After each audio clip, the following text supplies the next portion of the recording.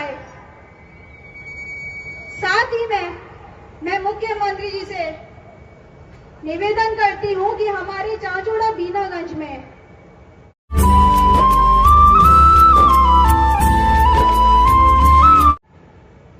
हमारे राजगढ़ लोकसभा के लाडले भैया आदरणीय भाई साहब रोडमल नागर जी, हम सबने संभव प्रयास किया, तब जाके ये परियोजना आई है कि ब्रह्मा विष्णु महेश में तीनों में से बराबरी से अलग से सम्मान नहीं रखा है। ब्रह्मा जी के प्रति हमारी दृष्टि थोड़ी बदल जाती है, लेकिन दुर्गा, सरस्वती और लक्ष्मी में कभी अंतर करा क्या? जीवन भर इन तीन देवियों की पूजा करे बिना हमारा मानव जीवन पूरा नहीं होता है। ये भारती लिखने के पीछे का मतलब ही है कि हम जड़ों से जुड़ना जानते हैं, हम सब समाज को साथ लेके चलना चाहते हैं, हम आपस में सबको इकट्ठा रखना चाहते हैं। और यशस्वी प्रधानमंत्री के नेतृत्व में तो अभी दुनिया हमारा तरफ आश्चर्य से देख रही है। ये वही भारत है 10 साल पहले वाला, जैसे भारत के लिए दुनिया की निगाह अलग प्रकार की थी। हमारी वित्तीय व्यवस्था 11वें नंबर की थी। भारत में साफ सफाई से लेके बाकी जगह के हाल कैसे थे? मैं आपको एक सच्ची घटना सुनाता हूं, मेरे अभी दिन में भी बताई। आपने कहा नहीं हम नहीं आएंगे, वो नहीं आएंगे तो नहीं आएंगे, लिख के दे दिया, हम निमंत्रण ठुकराते हैं। अरे वाह, लोकतंत्र में राजनीति भी करना चाहते हो और भगवान राम के निमंत्रण को ठुकराओगे। अरे राम के निमंत्रण को ठुकरा करके आप लोकसभा में जाओगे, जो राम को ठुकराएगा जनता उसको ठुकराएगी कि नहीं ठुकराएगी? बताओ आप। इधर से आवाज दे रही, ठुकराएगी कि नहीं ठुकराएगी? किस मुंह से आओगे आप?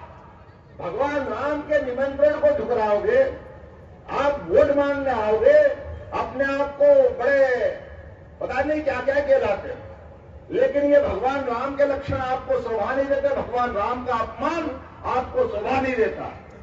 ये जो पाप हुआ कांग्रेस से और कांग्रेस के प्रत्याशी से, अब इसका हिसाब चुकता करने के लिए जनता के पास ताकत आ गई। भगवान कृष्ण के काल से आप सबको, जैसे भगवान ने उंगली पे क्या धारण किया था, क्या धारण किया था? सुदर्शन चक्र। और उस सुदर्शन चक्र की ताकत क्या थी? जहां अधर्म होता है वहां भगवान सुदर्शन चक्र से कहते हैं, हे सुदर्शन, इस अन्याय को बर्दाश्त मत करना, तू अपना काम कर और भगवान का नाम ले। ये जनता के पास भी सुदर्शन चक्र है अपनी अपनी अंगुली में। जब वोट देने जाओ आपके हाथ में भी सुदर्शन चक्र आएगा, आप बटन दबाओगे, अपने आप जय जय श्री राम हो जाएगा कि नहीं हो जाएगा? अब इसी बात की आवश्यकता है। हमको गली गली मोहल्ले मोहल्ले जाकर के इसी सुदर्शन चक्र के रूप में जनता को जगाना है। हमको खुद को नरेंद्र मोदी बनना है, हमको पारस पत्थर बनना है। जो लोहा है, जो दूसरी धातु है, सबको भाजपा का बनाना है, अच्छा ही बांटना है, तो आपके सारे विकास के काम होंगे। अभी लगभग 35,000 करोड़ की योजना इसी जिले के लिए आई है, जोरदार तालियां बजाओ, जिसके माध्यम से पार्वती, काली सिंध, चंबल योजना का लाभ इस पूरे सूखे क्षेत्र के लिए मिलेगा। आप बताओ, आप पहले सांसद थे भाई साहब, आप मुख्यमंत्री थे, आप क्यों नहीं लाए? क्योंकि आपने कभी विकास में मन ही नहीं लगाया। आपको सांसद बनने का शौक है, आपको देश के नेता बनने का शौक है, लेकिन गरीब किसान के घर में खेत में पानी आ जाए ये कभी आपने पसंद नहीं किया। अरे आप तो सड़क, पानी, बिजली सबके दुश्मन थे, पूरे प्रदेश को बंटा ढार कर डाला। एक तरफ बंटा ढार का आप तमगा लेके अब कौन सा नया नवाजा लेके आने वाले हो? जैसे आओगे वैसे ही जाओगे। पिछली बार भोपाल में कितने से हार मिली बिरामी जी? कितने की हार थी? 4 लाख की। जब भोपाल वाले समझदार है तो राजगढ़ वाले तो और 2 कदम आगे ही है। जोरदार तालियां बजाओ राजगढ़ वालों के लिए। मैं राजगढ़ वालों को एक और नंबर करना चाहता हूं। राजगढ़ वाले इतने भाग्यशाली हैं कि मैं आपका प्रभारी मंत्री बन के आया और आपकी रास्ते पे चलते चलते मुख्यमंत्री बन गया। ये राजगढ़ लोकसभा वालों का भाग्य है, इसका मेरा भाग्य चमक गया। हमारे प्रत्याशी भी जबरदस्त है। रोडूमल जी, जोरदार तालियां बजाओ रोडूमल जी के लिए।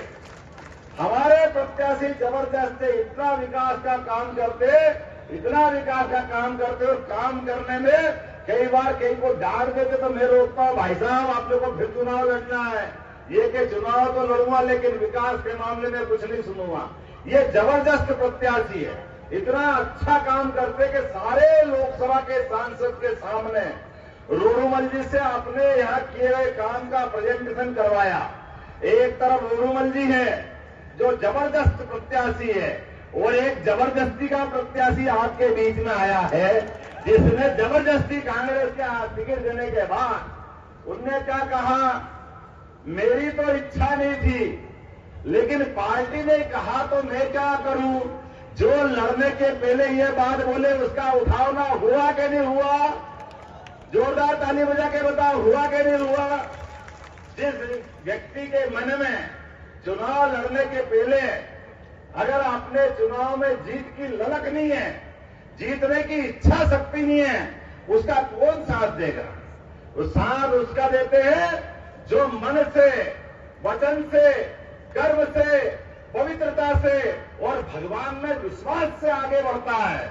मुझे इस बात की खुशी है, परमात्मा की दया से हमारी पार्टी इस बात में खरी उतरती है, इसलिए भारतीय जनता पार्टी नाम रखती है। और ये खिलता हुआ कमल ऐसे फैले हुए कीचड़ में अपनी आभा बिखेरते हुए नरेंद्र मोदी के नेतृत्व में फिर एक बार सरकार बनाएगा और दुनिया में डंका बजाएगा, भारत दिव्य और भव्य बनेगा। तो आपका वोट, आपका सबका वोट भाजपा के विजय के लिए नहीं, भारत को दुनिया का नंबर 1 देश बनाने के लिए और हमारा मध्य प्रदेश नंबर 1 प्रदेश बनाने के लिए वोट देना है। मेरी बात से सहमत हो तो सब खड़े हो जाओ अपनी जगह, बांध लो मुट्ठी और संकल्प करो। बना उज्जैन दक्षिण का 2013 में हमारी उसी विधानसभा में एक हमारी पहली विधायक थी श्रीमती प्रीति भार्गव जी। उन्होंने कहा भैया अब आप विधायक बन गए, आपसे हाथ जोड़ के एक निवेदन है, मेरे क्षेत्र में कुछ गांव भी आते हैं, तो उन्होंने कहा आप कुछ काम करोगे मत करो, गांव गांव में शौचालय बनवाना सामूहिक रूप से। मेरे को पल्ले नहीं पड़ा, मैं शहर में रहता हूं, मैंने कहा ऐसा क्यों करना? बोले आपको गांव में इसकी तकलीफ नहीं मालूम है, बहन बेटी का पेट खराब हो जाए और घर में शौचालय नहीं हो और दिन का उजाला और सूर्यनारायण नगर चमकते हैं तो बहनों से ज्यादा गांव में कोई कष्ट नहीं पाता। वो कैसे रोकती है उनकी आत्मा जानती है, बीमार पड़ जाती है, लेकिन वो कष्ट का जीवन आप कभी कल्पना मत करना, इतना खराब जीवन वो जीती है, इसलिए आप उनकी चिंता कर दो।